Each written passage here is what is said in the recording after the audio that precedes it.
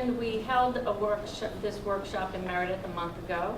And part of the reason we held the workshop was we are involved, Lakewood Piscataqui Watershed Association with Lakes Region Planning Commission and the communities in developing a watershed management plan for Lake Winnipesaukee. And we have begun working with Meredith, Laconia, and Guilford at a sub-watershed basis. And so they identified 3 main categories or issues that they felt were important to address: sedimentation and erosion, stormwater, and septic systems. So there's a lot of unknowns about septic systems, and the towns all have varying regulations regarding what you have to report, what you don't. And so as part of that outreach and education, we put on that workshop. And as Tina mentioned, Randy attended and thought it was a great thing. And you know, we did need to redo it over here in Wolfboro. So I forgot to mention one thing. Questions, please, after the presentation. Okay, we'll have them go through there and then just write down or remember your questions, please. Thank you. So we have Deb Hines and Gary Spalding, who are members of the Granite State Designers and Installers Association. But they each have their own businesses as well. Deb has Hines Septic Designs. Yes.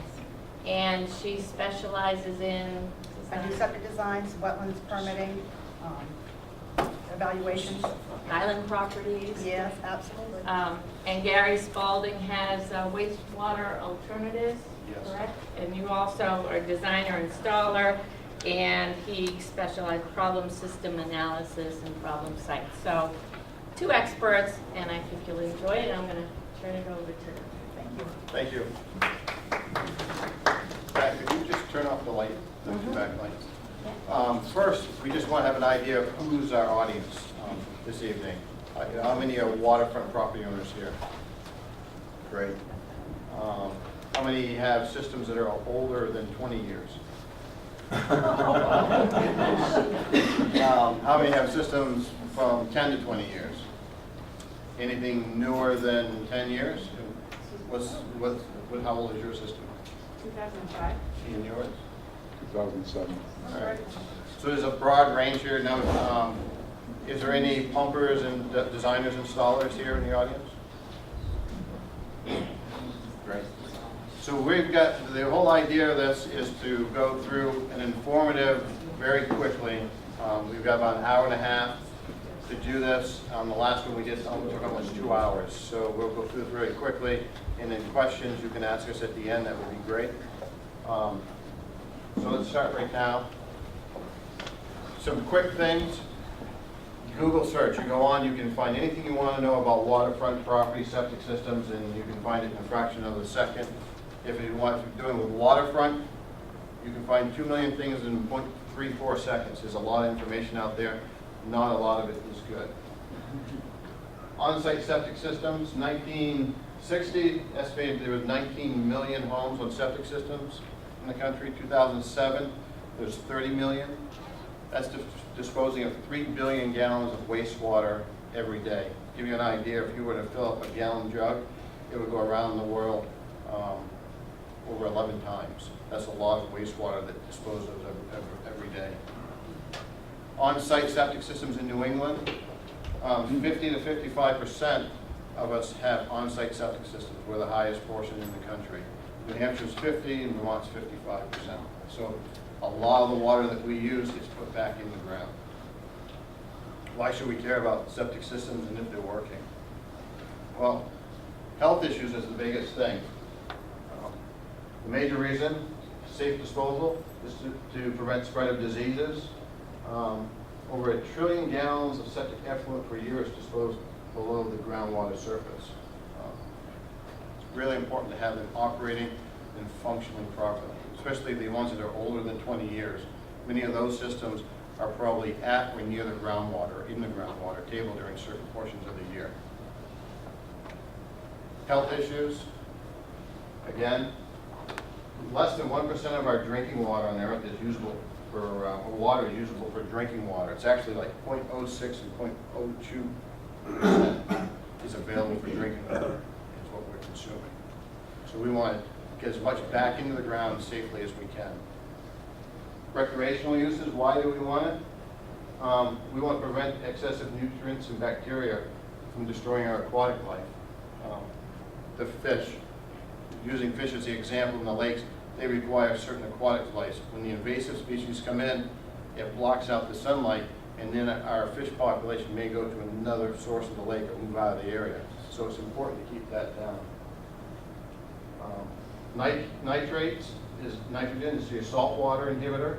For freshwater, is phosphorus. Recreational uses, how many times have we read in the paper beach closings because of high bacteria counts? A lot of that has to do with septic systems, wastewater, runoff as well. And why did we get ear infections, eye infections, everything from having poor wastewater treatment. New Hampshire has 975 public water bodies. That does not include all the privately owned water bodies that farm ponds, fire ponds. That's public water bodies. 10,000 miles of rivers and streams. It brings in $1.8 billion total sales per year. Our freshwater lakes, our economy relies on $1.8 billion a year. That's why we need to protect our water bodies.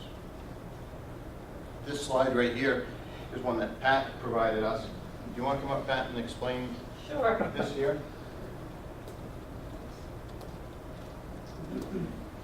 This was some of the results of the management plan, the subwatershed management plan that we were doing for Meredith, Paugus, and Saunders Bay. We also have Waukee included because Waukee actually outlets into Meredith Bay on Winnipesaukee. And what we did was we put a 250-foot buffer around all the streams and the water bodies and counted how many lots fell within that and how many were actually on septic.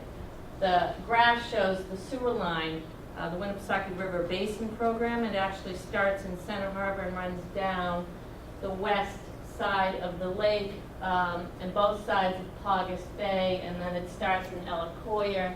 From Guilford it comes up. So the majority of Winnipesaukee is not on sewer and actually on septic. And what we did, so we counted the number of septics in that 250-foot buffer, and using some EPA standard values, said, okay, if you had an average of 2.43 people on septic, and we all know with seasonal properties here in the lake, you could have lots more during at least the summer. If you have 1% failure rate, these are the amounts of failing septic flow in gallons per day, nitrates and phosphorus in pounds, that you might expect to be entering your groundwater and possibly your surface waters. So you can see if you had 10% just in Waukee, this amount, 377 pounds of phosphorus, was almost equal to the total amount of phosphorus we estimated for that whole watershed. So that would be in addition. So failing septic systems could have a major impact on our surface water, and that's the point of this graph. So just a slide here. We're not protecting it just for ourselves, but for wildlife as well. The whole idea is not just for us today, but for future generations on protecting it. So now we'll go into the history of the septic systems. To give you an idea, a lot of you will see maybe some systems here that you have. How many people still have an outhouse? See, there are a few people that still have outhouses here. So it started out as the single outhouse, and then we needed, now we've got 2 bedrooms, and we need more outhouses, so we went with the 2-seater, which was always important to have. And then we went to, no one really wanted to clean the outhouses, so this is where shoreline protection, I really think, started, because they started building over the water, and it was easier, the self-cleaning. So, all in jest, I mean, this is what used to happen. Here's probably, I don't know where this was, it was probably a first New Hampshire subdivision, and outhouses along all the rivers here, close together. Reality is, there's still some homes out there that we run into that still have outhouses. I've run into outhouses, Deb has run into systems that have outhouses still. Or straight piping. Or exactly, a pipe that comes out and goes right into the brook. I just did one in Enfield that no one knew where it went until they found it went straight into the brook. So an idea, cesspools started in pre-70s when they were very popular. A cesspool, there's no septic tank in front of it. All the black water, gray water in the house goes right into a cesspool and leaches into the ground. Back in the 70s when people were doing soils work, and as late as maybe the mid-70s, early 80s, when they did soils work, they looked for actual groundwater. That was a seasonal high. We've done work where you've gone out and did test pits in old subdivisions that were done in the 70s, and now test pits done in the 90s, and there could be a difference of 3 or 4 feet or 6 feet difference in where you call the water elevation because of how the science has evolved and how we look at soils. So a lot of the systems done in the 70s were put into the water table, pre-70. Then in the 70s, dry wells became popular in late 60s, early 70s. The difference between a dry well and a cesspool is a dry well will have a septic tank ahead of it. So there'll be a tank, all the black and gray water goes into, solids settle out, and then the effluent from the tank will go into a dry well. Cesspool, no septic tank. Dry well, you'll see a septic tank. How many people here may have a cesspool on your property? So there's a few out there. Dry wells are still used today. If you have really wonderful drainage, gravel, nice coarse sand, you can still do a dry well system. No high water depth. Excuse me? No high water depth. That's correct. Yeah, it has a really good, It'll be perfect. a deep water table. When you look at it, you'd see models or relics that are down 6, 8, 10 feet in order to really make it work. Then in the 70s and the 80s, pipe and stone became popular. That was the thing. This is a pipe and stone bed over in here. This is trenches over in this area. I'm a proponent of pipe and stone. I think that of all the technology that's on the market, pipe and stone is the fail-safe system. It can be overly used, it can be abused personally, and you can correct it or rejuvenate it easily and get extra life out of it. The problem with pipe and stone systems is the size of them nowadays. They are so large compared to other technologies on the market. A lot of the lots, it's prohibitive from doing them. 80s to the 90s, plastic chambers, concrete chambers. The advantage that people had using those in the 80s and 90s and still today, if you still see a few systems going in, is you get a 40% reduction in the size of your leach field. So if you need a leach field that was 1,000 square feet for pipe and stone, and you went with this technology here, you'd end up with 600 square feet of leaching area, a 40% reduction for residential property. If you have a commercial property, you don't get the reduction. A commercial property could be a bed and breakfast. You would classify as a commercial property there. From the 90s to present, fabric-based systems. Large diameter, gravelless diameter pipe is what this is called. This is called an Elgin in-drain unit. Those are very, very, very popular. Started in the 90s. These were the early 90s, and this is the product that's probably got 90% of the market share out there putting systems in right now. And the reason for these being popular now is the size of the leach field are considerably smaller than the pipe and stone. Then mid-90s to present, aerobic treatment systems were popular. The first aerobic treatment systems in the state were installed at Oak Ledge in Sunapee in 1972. There was a whole subdivision done in Sunapee. They got approval from the governor. He's the one that pushed it through the state in order to get that system in. There was 20 some odd homes. And then from that point up until the mid-90s, aerobic systems were not popular in the state. Over here, new technology is drip dispersal system. So it's a tube about the size of my pinky finger. And think of it as a soaker hose for your lawn. Effluent goes through. You can see all these little wet areas, the emitters letting the effluent out. New technology, smaller leach field, smaller profile, meaning instead of having a pipe and stone bed that's 2 feet of thickness, a foot of stone and a foot of cover, if you go with this technology here, and we've got slides of that, you can reduce that profile from 2 feet down to 8 inches. So it saves on landscaping, fits better into the contours. Other systems on the market now, is the Clivus Multrum composting toilet. They're getting a lot more popular, especially on island property. Everyone thinks composting, they go back to the original outhouse. The new systems are self-contained, easily to maintain, and you go into a bathroom that has one, it's like going into a restroom here. All porcelain fixtures. I'm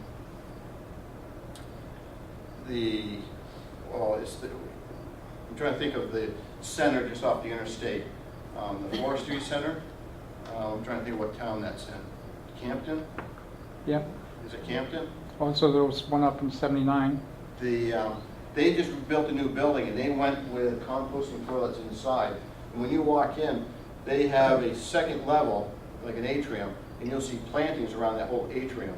The gray water, from the bathrooms, actually gets pumped inside the building and is what's used to water all those plants inside. So it's a different technology that can be used. So some history here on the regulations. A lot of people, 1968 was the important date. From 1968 till now, there was some type of an approval granted for your septic system, or there should have been, especially for waterfront property. Everyone refers to this as the Green Book that started in 68. 71, the Green Book got updated to address tank sizing, lot density. The size of the lots got bigger in 71 compared to what they were in 68. 74, they adopted the successful design guideline in 74. 76, the Green Book got updated again, and this was a big difference between the original 68 and 76 is the perk rates. Everyone in here, the perk rate of the soil, how fast water can be absorbed into the soil dictates how large your leach field has to be. So for an example, from 1968 to 1976, a 4-bedroom home with a 2-minute perk rate required 340 square feet of surface area at that point. 1976, they changed the rule. That same 4-bedroom home, 2-minute perk rate, doubled in the size of the leach field. That came about in 1976. So a lot of these old camp lots have a really small leach field. They were designed under the Green Book. 78, the Blue Book came out. And then from 1989 to present, there's just been a lot of rule changes, too many to mention on where we are today.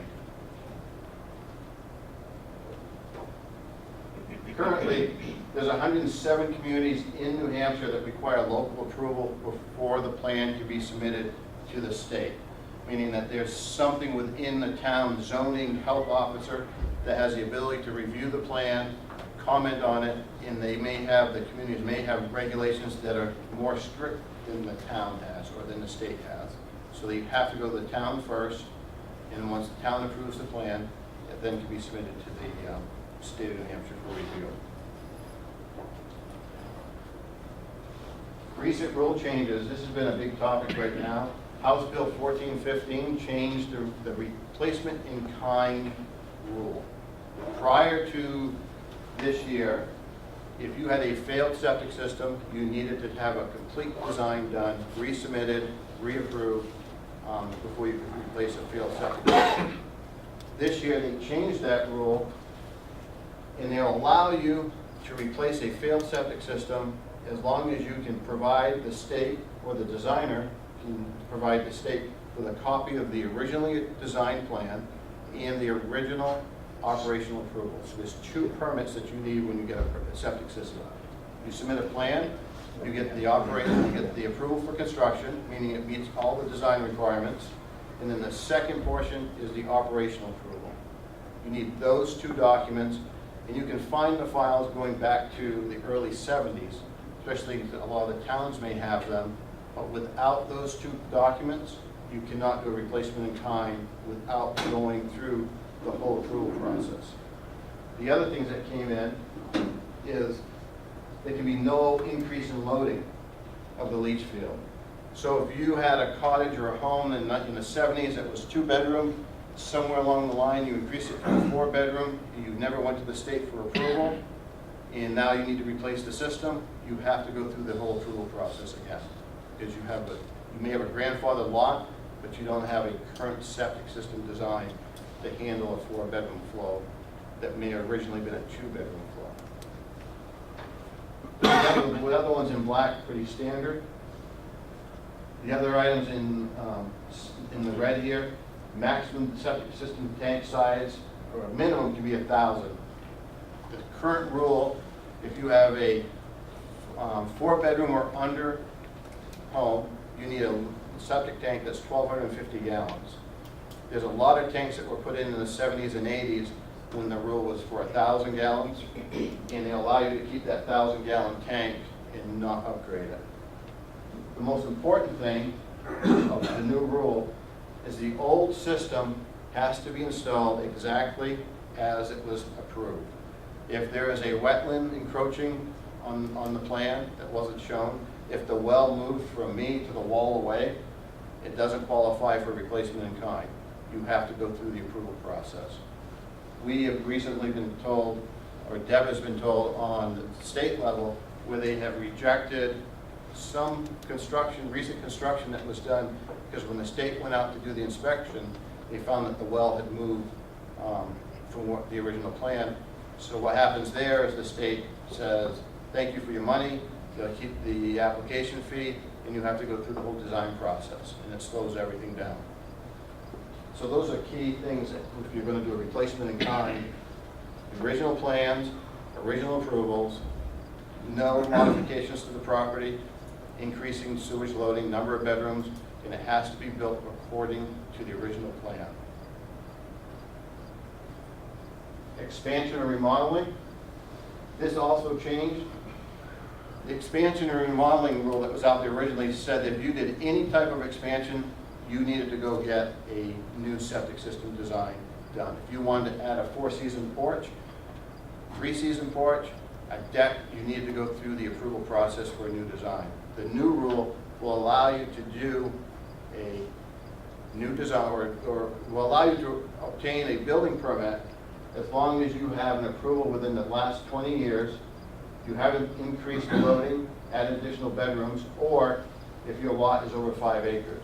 So many of you who have waterfront property and you want to add a seasonal deck, this allows you to do it now, where in the past it didn't. If you have a piece of property over 5 acres, you're grandfathered, and you can go ahead and get your building permit. The other things that have been changed in the rules for you to know, access risers, meaning if the septic tank is deeper than 24 inches in the ground, they want to see a larger cover, a larger access cover to get to it. I always require or promote that you bring these right to grade, and the reason for that is if they're buried under the ground, you walk by them every day, you forget about them after a year. You forget that you even have an on-site septic system. Where if you have them coming right to the surface, you see them every day, it's a reminder that you have something in your yard that has to be maintained.